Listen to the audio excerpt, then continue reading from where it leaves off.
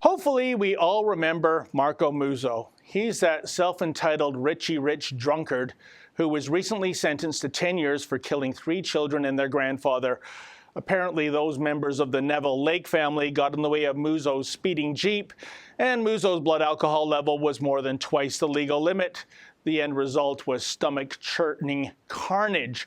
Yet, in light of this creep's atrocity, I thought the underlying message moving forward was that the courts were going to get increasingly tough on impaired drivers. But is that really so? Consider the case of how one allegedly drunk driver was recently given a get-out-of-jail-free card by a judge thanks to his feelings being hurt. You see, an Ontario judge dismissed charges against Sardul Singh, a Sikh man, who was found to be driving with an excessive blood alcohol level. She dismissed the charges because it took more than 3 hours for police to return Singh's turban. 3 hours? Oh, the humanity. Here's what happened. Singh was arrested by Peel Regional Police during a roadside spot check. As he was placed into the back of a police cruiser, his turban inadvertently fell off.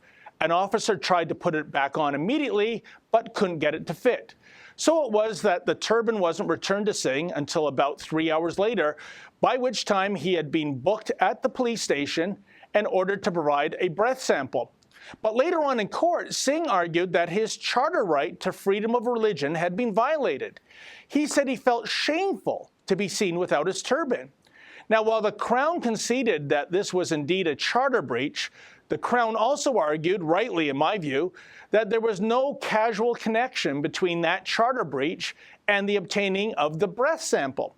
But in her decision, Ontario Judge Jill Copeland said the harm done to Singh was significant, and she believed Singh indeed felt vulnerable without his turban.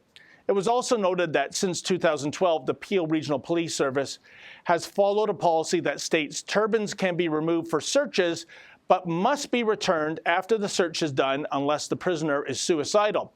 Even so, the judge allowing Singh to get off scot-free is disturbing. First of all, Singh never actually asked for his turban to be returned.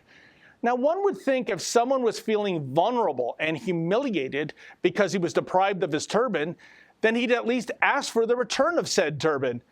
But he didn't, not once.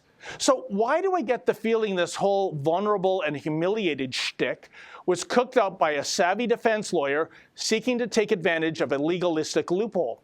Secondly, for the sake of argument, let's just buy into the fact that the officers acted in a careless manner with regard to Singh's religion.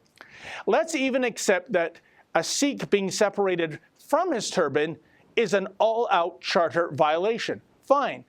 But why should Singh, who is allegedly as drunk as a proverbial skunk, get off automatically?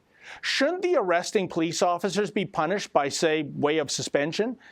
Wouldn't that solve 2 issues here, i.e. Singh would pay a price for impaired driving, if found guilty, of course, while Peel Region Police would be sent a message that they must be more careful with respect to turban-wearing suspects in the future. Apparently, that's just too logical. Instead, we get Judge Copeland saying that the admission of Singh's breath sample evidence would, quote, bring the administration of justice into disrepute, end quote. Disrepute? Really, Judge? Just because Singh was deprived of his turban for 3 hours?